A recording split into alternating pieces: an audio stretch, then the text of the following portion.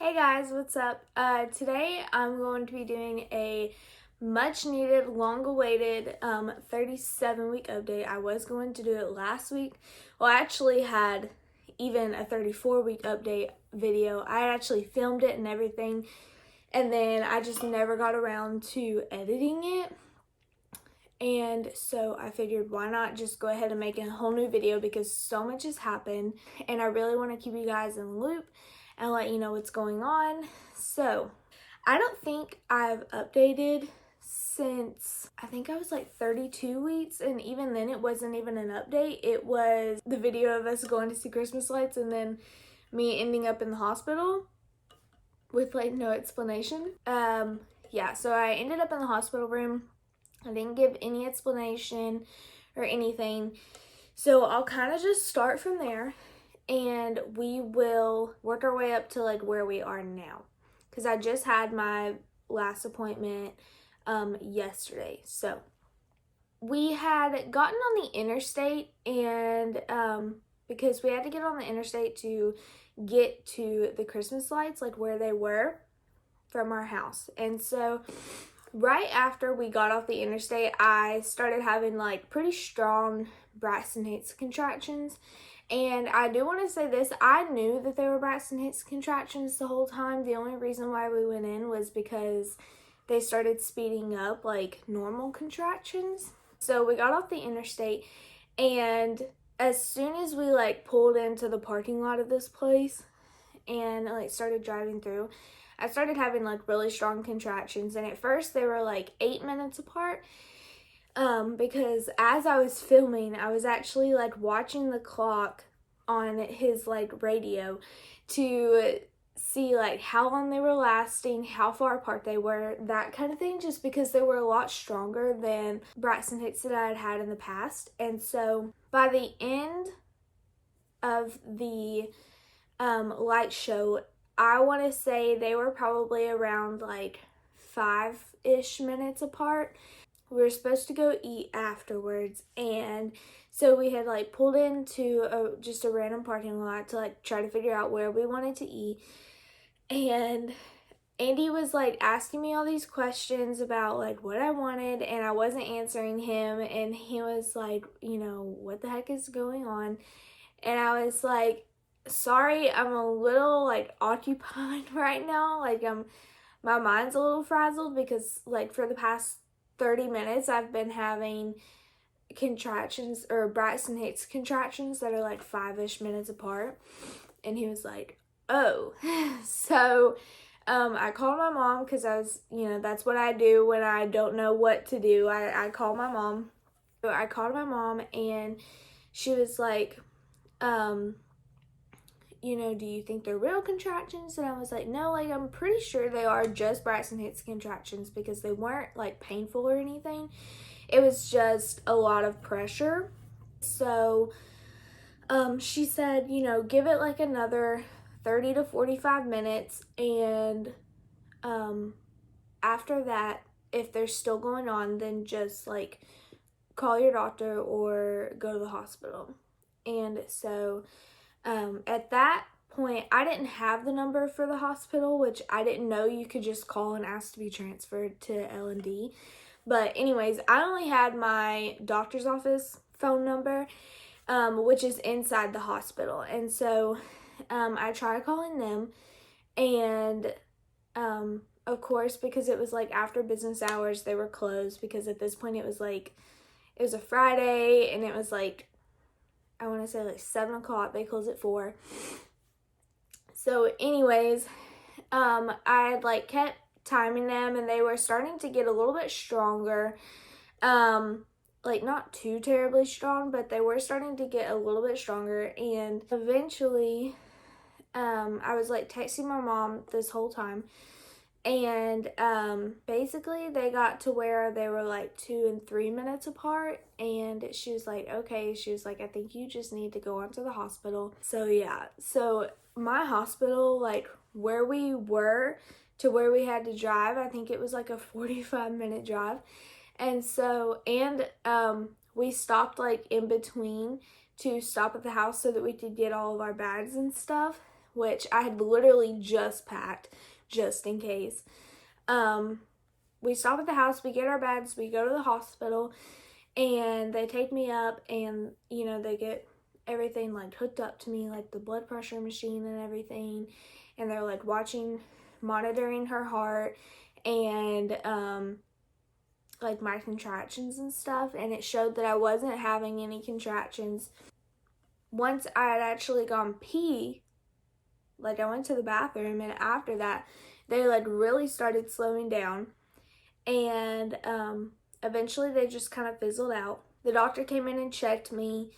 He said I wasn't dilated, wasn't effaced, nothing, so I wasn't going into labor. They were just Braxton Hicks contractions, which is, I knew they were Braxton Hicks contractions. I just was worried about how close they were coming on and how strong they were.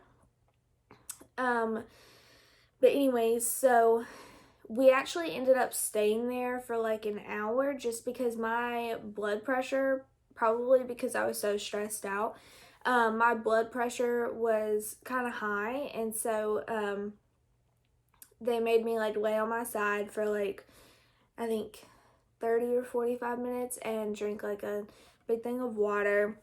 And after that my blood pressure went down, and it showed that they were just Braxton Hicks contractions. And so after that we went home, rested, everything was fine. So then I go in for my 34-week appointment. So this is 2 weeks later. I hadn't had anything go on since then.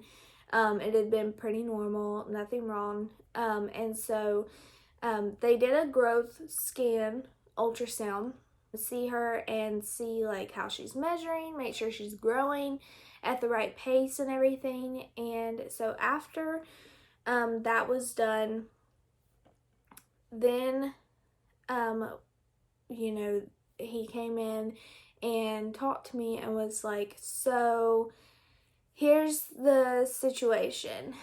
And when they start off like that, it was really kind of scary just because I'm like, oh my God, what's wrong? Like all these things going through my head, because on the ultrasound she looked fine. She was moving around, she was being stubborn, like not letting the doctor see her face and everything. So I didn't think anything was wrong in the ultrasound. But then when they got out, they basically told me, he drew on a piece of paper, and I'll put like a picture in here of like the best way that I could recreate what he drew. But basically, there's a scale for growth, and 50th percentile is like average, 90th percentile is like above average, 10th percentile is below average. So when he described it to me, she was 3 pounds 12 ounces, and average weight at that point was like 4.5 pounds. And so she was like right above 10th percentile. So they said, it's nothing to worry about right now, because everything checked out fine. Like, levels are fine, placenta is fine, the umbilical cord, like she's getting blood flow, and it could just be that she's a small baby. He said, and it makes sense because you're a small person. So like if you don't know me, I am like not even 5 foot. I'm like 4'10". They said, we're just gonna keep an eye on it, and we're gonna do another ultrasound at your next appointment, which was at 36 weeks. And we will go from there, see if anything's changed. Just don't freak out too much. In between those 2 appointments, I was freaking out, and I know like you're not supposed to, because you're not supposed to like put the baby in distress.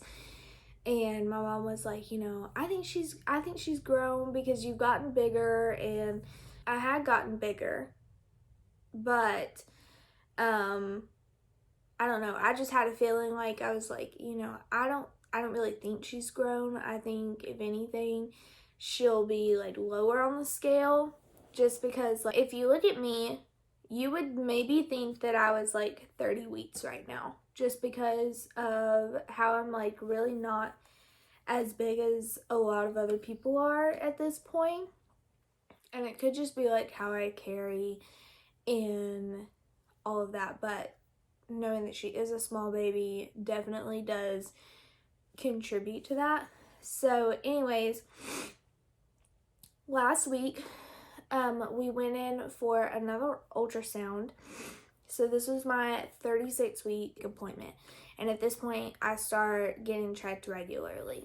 They go in, they do another growth ultrasound, and once again she looks fine. They were like getting the like pulse rate or whatever of the umbilical cord, making sure that the blood flow is good with that. You know, the placenta is still attached. Everything looks fine. So we go into the little side room where he comes and talks to us, and you know, he tells me that basically she dropped from the like right above the 10th percentile. Now she's down to the 3rd percentile. So at this point, average babies were around like 6.5 pounds, and she was only measuring like a little over 4. And so she had only, in 2 weeks, she had only gained like a pound, which now put her 2 pounds underweight. And so that was a little scary. But once again, he, you know, reassured me and was like, you know, everything looks fine. Like, it literally is, she's just a small baby. That's all it is. There's nothing to be worried about as of right now. You know, we've checked everything. We've, you know, double checked everything. And there's nothing wrong with her or with you or anything. She's just small, and that's all it is. They were like, you know, come in at your next appointment, and we're gonna do another ultrasound, but not a growth ultrasound, just to like make sure that everything is fine. We will go from there. And he also checked me that day, and he said I was about 20% effaced. So I hadn't started dilating yet. I was just starting the process of like effacement. Now that brings us like to where we are now.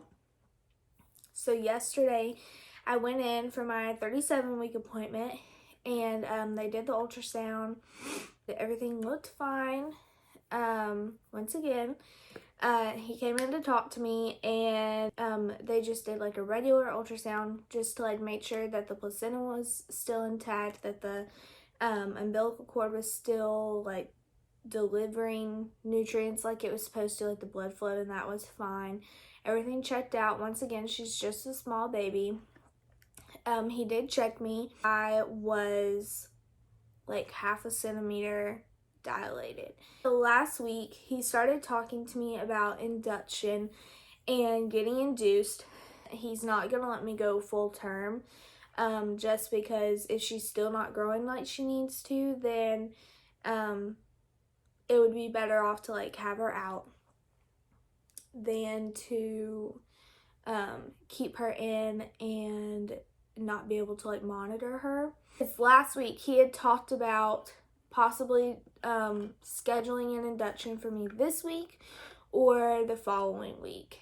And so we go back this week, and he's like, come back next week, and it may happen next week, but he was like, unless, you know, you've dilated a lot more, then we're looking in between 39 and 40 weeks. And so I was like, oh my gosh, you've got to be kidding me, because this whole time I've been like freaking out, like doing things around the house, which is another reason why I've not really recorded anything or you know, done any more videos. Is because I've been so focused on getting everything here done. and getting everything ordered and made sure that everything was packed and that we were prepared, getting all of her clothes washed. And so I've just been super, super busy, and that's why. So when he tells me, like, you know, you've either got next week or another, or another 2 weeks. So I was like so disappointed just because I get myself so worked up and I get my hopes up, and I'm just like so ready for her to be here and to meet her and to hold her and, to know that she's okay. Because in between appointments, I like freak out at the slightest little things, thinking that something's wrong or making sure that she's moving enough, or, I drive myself crazy in between appointments because I'm so terrified that something's going to go wrong and I'm not going to like catch it or anything. That brings us to where we are now. I'm currently 37 weeks and 4 days pregnant, I think. So I'll be like basically 37 and a half weeks. I will be 38 weeks on Saturday. So yeah, that brings us to where we are now. I do want to get back into filming. I do want to get back into doing more videos, especially before she gets here. So yeah, got our bassinet and, getting everything ready. It's been super exciting, and I do want to take you guys on this journey, share this, and have it kind of like documented so that we can go back and look on it and show her like when she's older, like, this is the stress you caused me while I was pregnant with you. No, I'm just kidding. But we are like so ready to meet her, so ready for her to be here. We're just, impatiently waiting. I would say patiently, but I am not being patient anymore. Like, because I keep getting my hopes up, and so I'm just like ready for her to be here already. So that brings us to the end of today's video. I hope you guys enjoyed. If you liked it, make sure to give it a big thumbs up, and don't forget to hit the subscribe button down below and turn on the notifications so you don't miss out on any future videos. Thanks for watching. Bye, guys.